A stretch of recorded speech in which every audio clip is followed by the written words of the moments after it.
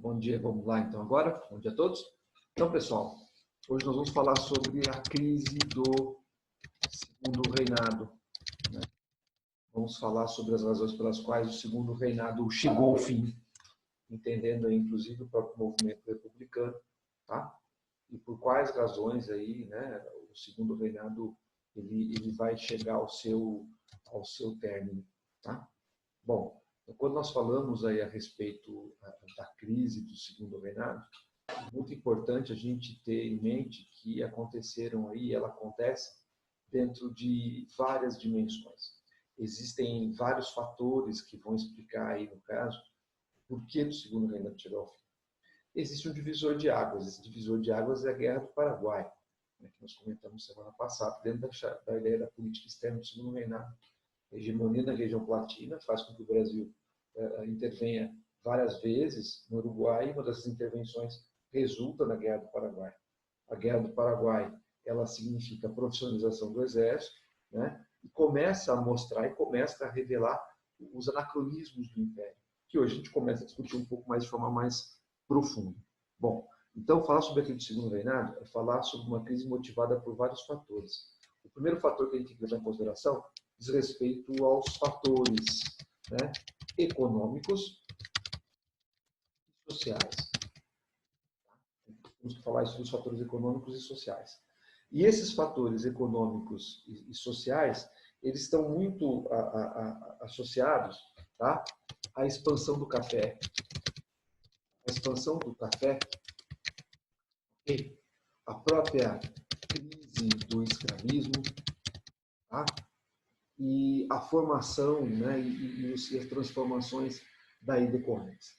Bom, o café, vocês sabem que ele surge, né, ele começa a ter um alto desenvolvimento na chamada Baixada Fluminense, depois se expande pelo Vale do Paraíba, chega ao Oeste Paulista, né, chega a São Paulo, Oeste Paulista, depois no Oeste Paulista. A expansão do café é coincidente com a crise do escravismo.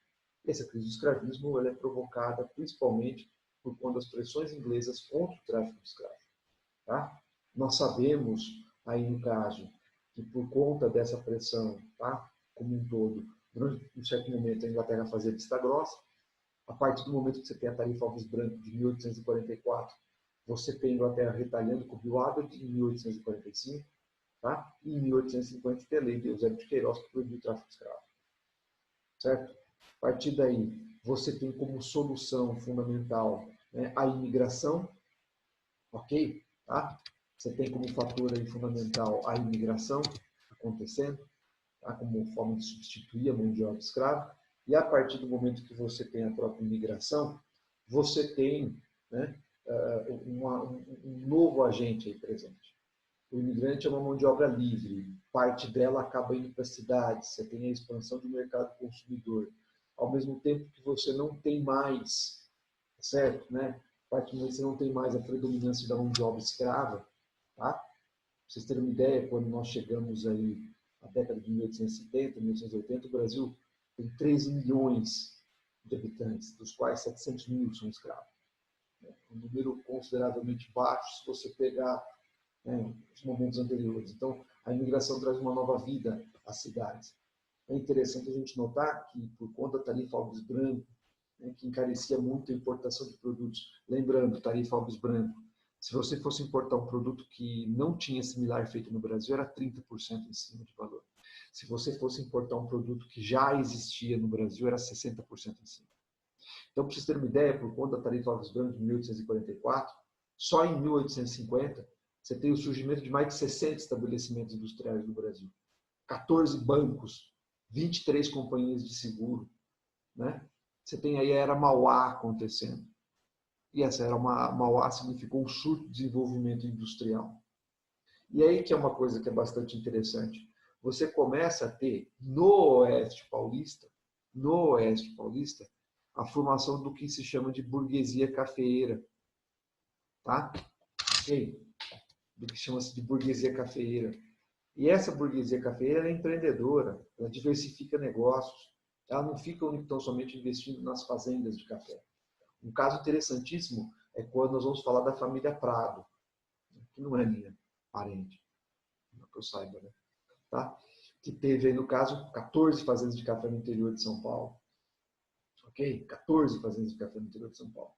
E ela, na verdade, famosa por ter criado em São Paulo a Companhia Paulista de Estradas de Ferro. Ok? Banco, a produção diversificada, fábrica de vidro, frigorífico em Barretos. Isso já no finalzinho do século XIX, começo do século XX. Certo? Então, essa tendência do Oeste Paulista, formar uma burguesia cafeeira, já começa a se formar no Império. Certo? Então, esses fatores econômicos e sociais são muito interligados. Né? Você tem a expansão do café, a crise do escravismo, a imigração, certo? O surto industrial, né? Na era Mauá. Então, todos esses processos estão acontecendo de forma muito dinâmica, estão catapultando a economia brasileira, estão fazendo com que a economia brasileira se torne mais dinâmica, numa estrutura política que não acompanha. E essa estrutura política é o Império. Então, quando a gente vai falar a respeito desses fatores como um todo, é interessante você notar que o Império demora para se adaptar a essas questões. E quando você observa, tá certo, a questão do escravismo, você percebe como esse anacronismo se torna cada vez mais significativo. Tá? Certo? Então, quando eu vou falar sobre, por exemplo, a imigração, eu tenho a formação aí, no caso, classes médias, urbanas, sendo formadas. Tá certo? Tá? Quando eu falo sobre surto industrial, eu vou falar sobre diversificação econômica. Tá? Vou falar sobre diversificação econômica. Muito embora, tá? Muito embora eu não possa esquecer que o café ainda é predominante. Tá? Então, é interessante a gente observar esses fatores que estão acontecendo de forma correlata. Tá bom? Esse aspecto é interessante. E aí é que está um ponto fundamental quando a gente vai falar sobre essa dimensão social. Tá? A maneira com que o Império escolhe para acabar com a escravidão. Tá? E que maneira foi essa? Gradual a escravidão. Ok? Tá? Você tem aí um aspecto bem interessante a ser considerado e que mostra esse anacronismo. Então, 1850, tá? Temos a lei Eusébio de Queiroz, tá? Outro Queiroz, gente, que botou fim ao tráfico de escravos.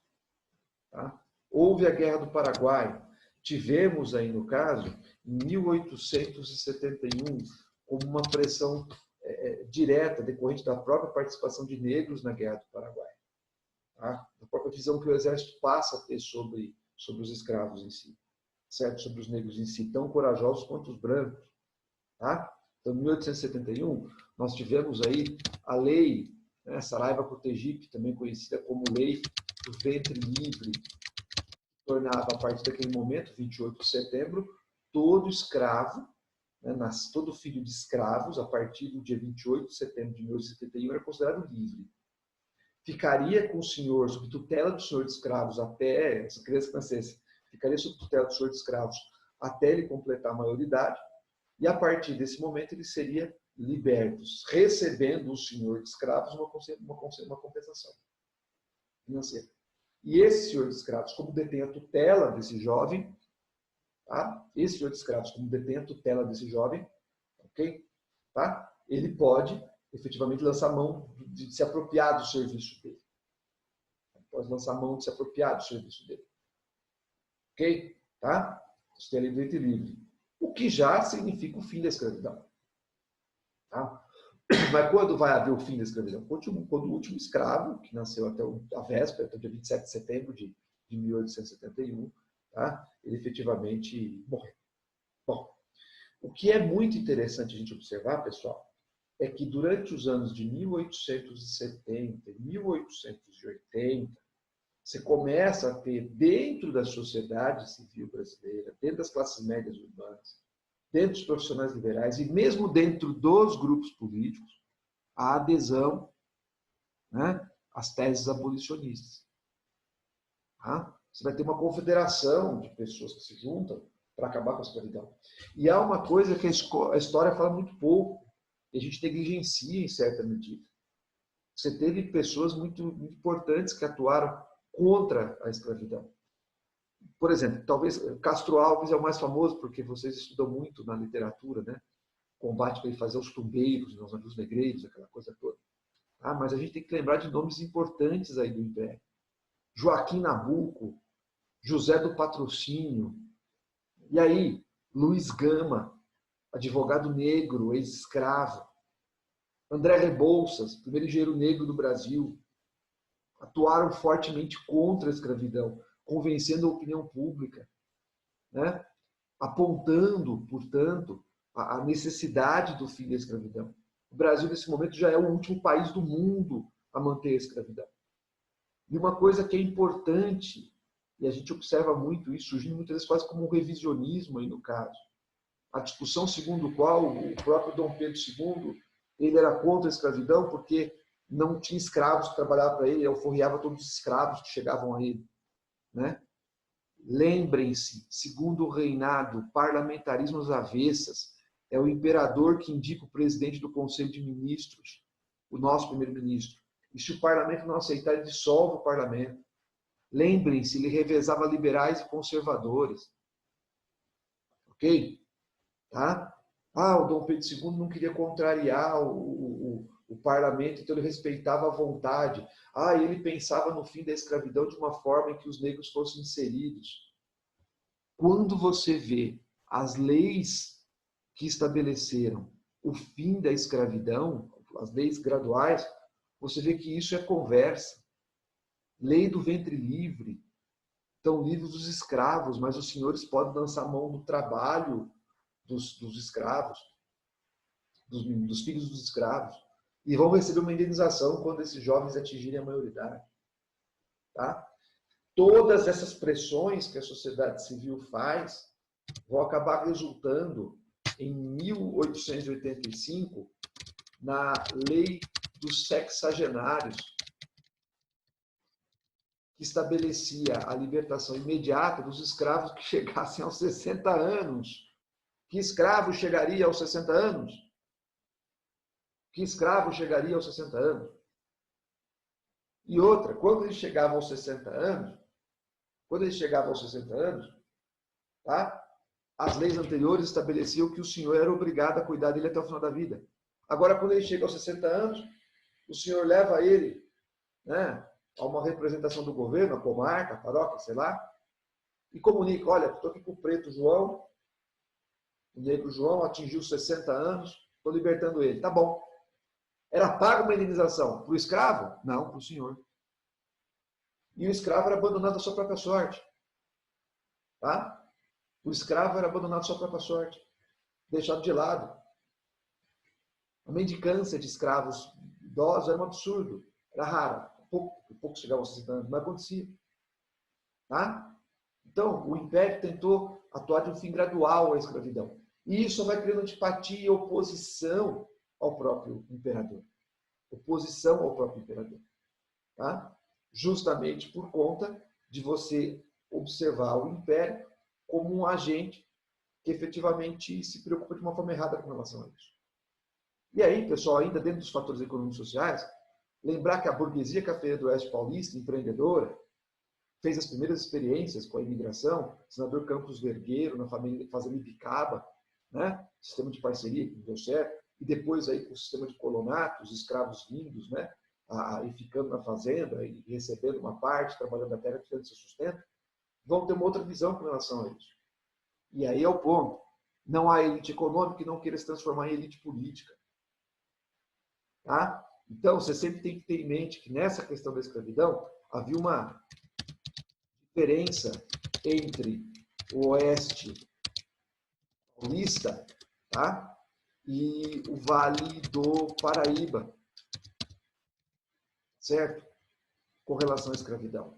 Esse aspecto é fundamental. O Oeste Paulista está utilizando mão de obra livre, está diversificando negócio, porque não gasta mais com escravo, tá? E consegue diversificar e investir em outros setores.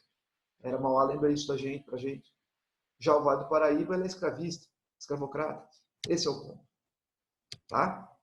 além dos fatores econômicos e sociais, eu tenho que pensar também nos fatores políticos, okay? E que acontecem de forma atrelada a isso. Tá? Esses fatores políticos se associam ao fato de que em 1870, tá? Já em 1870, okay? Você vê, né, sendo formado, tá? Já em 1870, você vê sendo formado o chamado movimento republicano. Profissionais liberais, né, políticos, lançam o movimento republicano. Tá? Lançam o movimento republicano. Lembrar que, sobre essa questão do escravismo também, o Partido Liberal, em determinado momento, se coloca a favor da abolição. Tá? Contra o escravismo em si. Ser escravista, portanto, passou a ser uma pauta do Partido Conservador. Então, em 1870, você tem aí o surgimento do movimento republicano. Tá?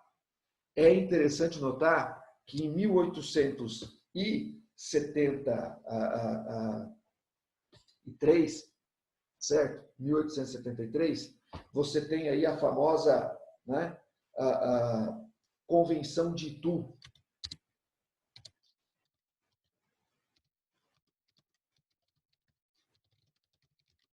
A Convenção de Itu, ok? E a partir da Convenção de Itu, a formação do PRP, do Partido Republicano Paulista.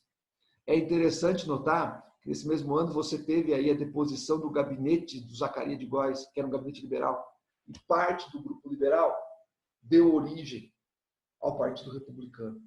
A Convenção de Itu ratifica a criação do PRP, do Partido Republicano Paulista, que vai ter quem atrás dela? A burguesia cafeeira do Oeste Paulista.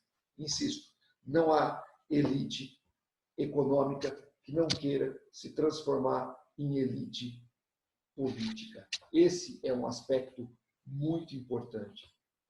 Qual a ideia, tá certo, desse movimento republicano? Tá? Qual a ideia desse pensamento republicano? O federalismo. Okay? A autonomia, certo, né, das províncias, futuros estados. E aí, a adoção de uma bandeira que vai ser muito cara ao movimento republicano. Ser republicano era ser abolicionista.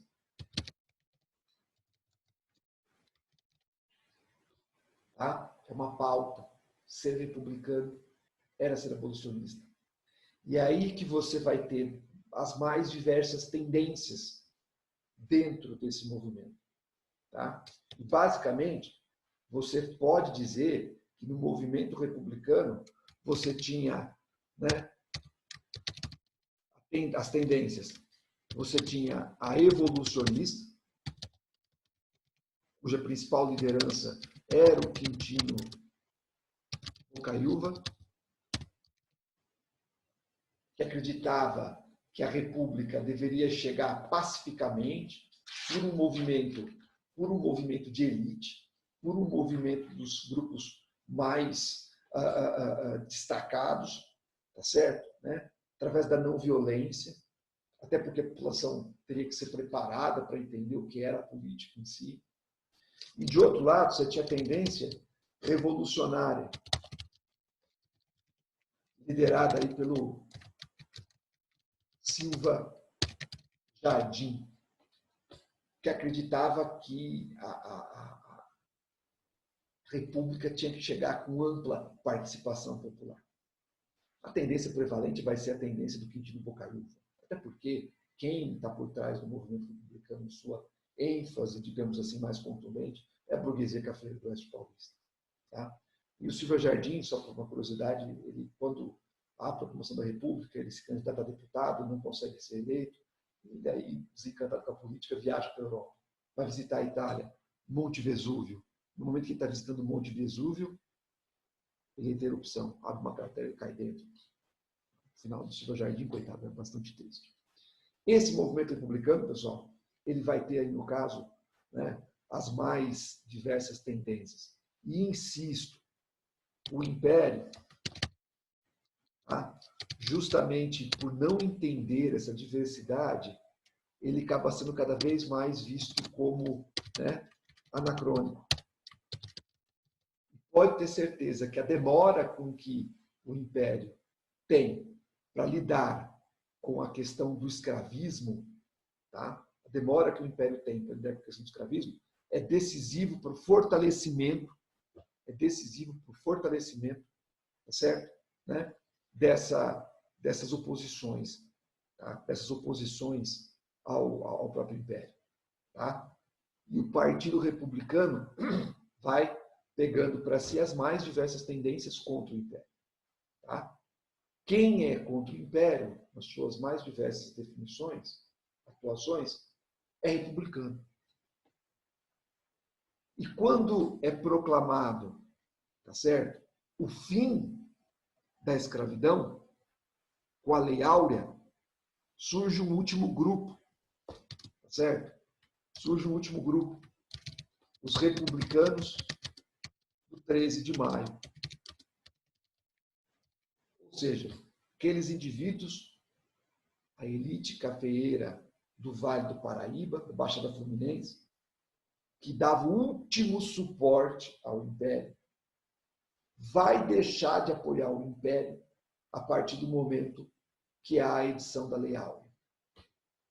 Bom, quando foi criada a Lei dos Sexagenários, você estabeleceu uma data para o fim da escravidão. Qual seria a data do fim da escravidão? Se em 28 de setembro de 1871 houve a Lei do Ventre Livre, e com 60 anos agora você se torna livre, então, data da final da escravidão, 27 de setembro de 1931, 60 anos depois da edição da Lei do Ventre Livre. Né? Então, a escravidão era questão de tempo para acabar. E quem, né, toma a medida para acabar a escravidão é um gabinete conservador. Né? E a Lei Áurea é assinada pela Princesa Isabel. Ok? Ela assina a Lei Áurea. Qual o descontentamento por parte dos senhores de escravos da Baixada Fluminense, do Vale do Paraíba? Que não houve pagamento de indenização. Tá? Como houve na Lei do Ventre Livre e do Sexagenário. Não houve pagamento de indenização. Então eles se tornam republicanos, se colocam como oposição ao Império. E são chamados de republicanos do 13 de maio. Tá? Esses republicanos do 13 de maio, certo? Tá? Era o último apoio do Império. Certo? Tá? Eles eram os escravistas, os escravocratas do Vale do Paraíba.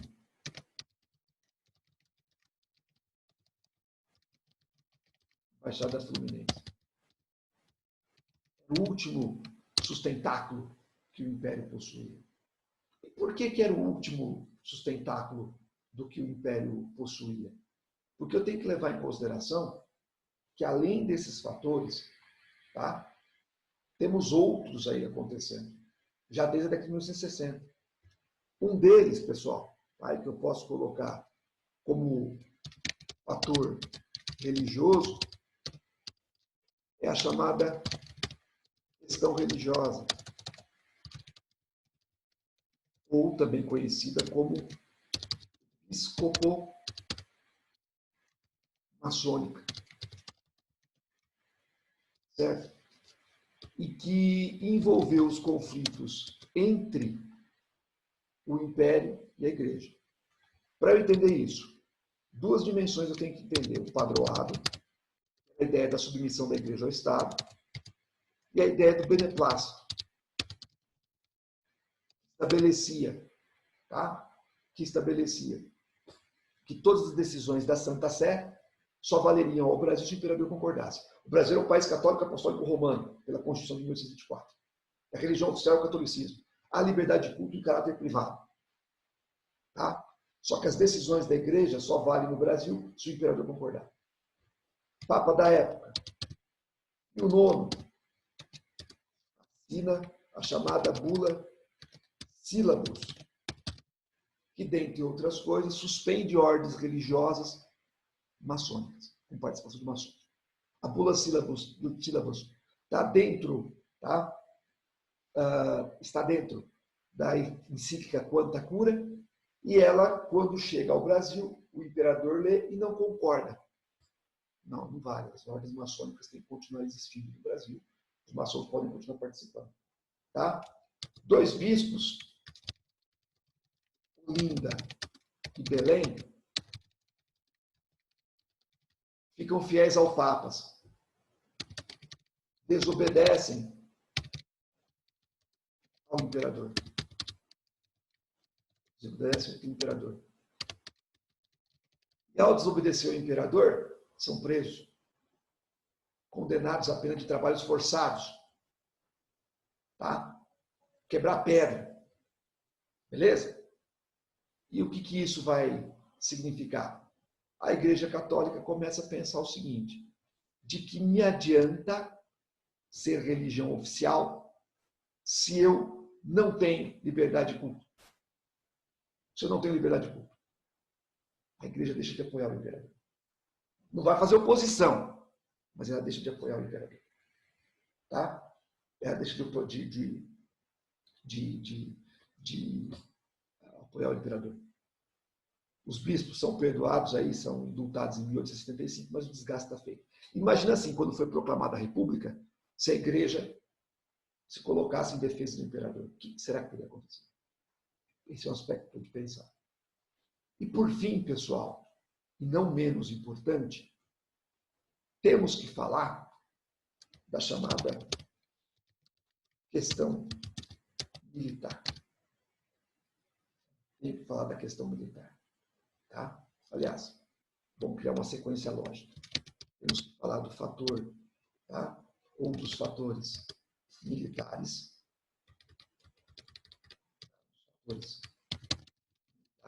E dentro dos fatores militares, a questão militar.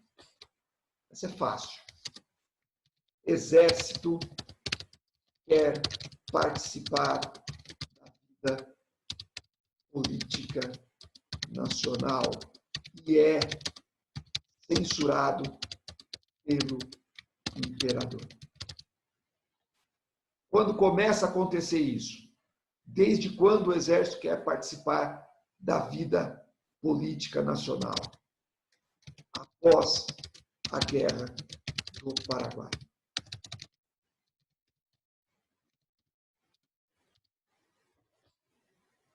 Ok?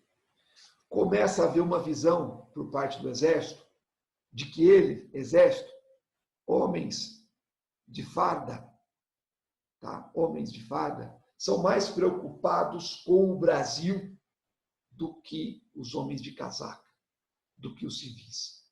Dentro do exército, começa a surgir o que nós chamamos de ideal de salvação nacional. Segundo o qual só o exército se preocupa com o Brasil. Só o exército quer salvar o Brasil. Só o exército vai garantir que o Brasil se transforme num país mais importante, uma potência, etc, etc. Tá? Esse movimento que acontece dentro do exército tem influência nas ideias positivistas. Tá? Como você sabe, o positivismo é uma ideologia, uma teoria criada por Augusto Comte, que afirma que o homem é igual em toda parte, necessariamente caminha para o progresso. As diferenças entre as sociedades acontecem pela forma com que o mundo é explicado por essas sociedades. Então, você tem um estado teológico, metafísico, científico e positivo. Por essa visão, a república é vista como uma forma superior à monarquia. Tá? Essas ideias positivistas são trazidas através do Benjamin Constant, ok? Dentro da chamada escola militar, tá? Dentro dos colégios militares, aí no caso. Tá? O exército se profissionalizou depois da Guerra do Paraguai, tá? Quer participar da política, o imperador não concorda, não aceita, tá? E censura os militares. Muitas vezes pelos motivos errados. Está certo o imperador em censurar o exército? O exército tem uma função que não é da participação da política? Exatamente. mas ele faz isso pelos motivos errados. Foram 3 as questões militares. 2, tá? Envolvendo Sena Madureira, um dos nomes importantes do exército naquela época, e outro, né, Piauí, envolvendo um outro militar da minha Matos. Tudo bem. A primeira e a terceira questão militar estão associadas. A primeira ao montepio militar, ao pagamento de previdência dos militares que o Império quer mexer, os militares não aceitam. A terceira tem a ver com o desvio dos recursos lá no Piauí, que o Império quer apurar e os militares acham que é uma intervenção. A segunda questão militar é pelos motivos errados. Tá? O Sena Madureira condecora um jangadeiro do Ceará que se recusou a transportar escravos. Aliás, o Exército é a primeira instituição a permitir que negros integrem a sua estrutura. O Exército se recusa a perseguir escravos fugitivos. O Exército adere às teses abolicionistas. E aí o Sena Madureira condecora esse jangadeiro, parabeniza esse jangadeiro, e o imperador determina censura aos militares. As questões militares explicam o porquê dos militares, em última análise, estarem por trás da proclamação da República.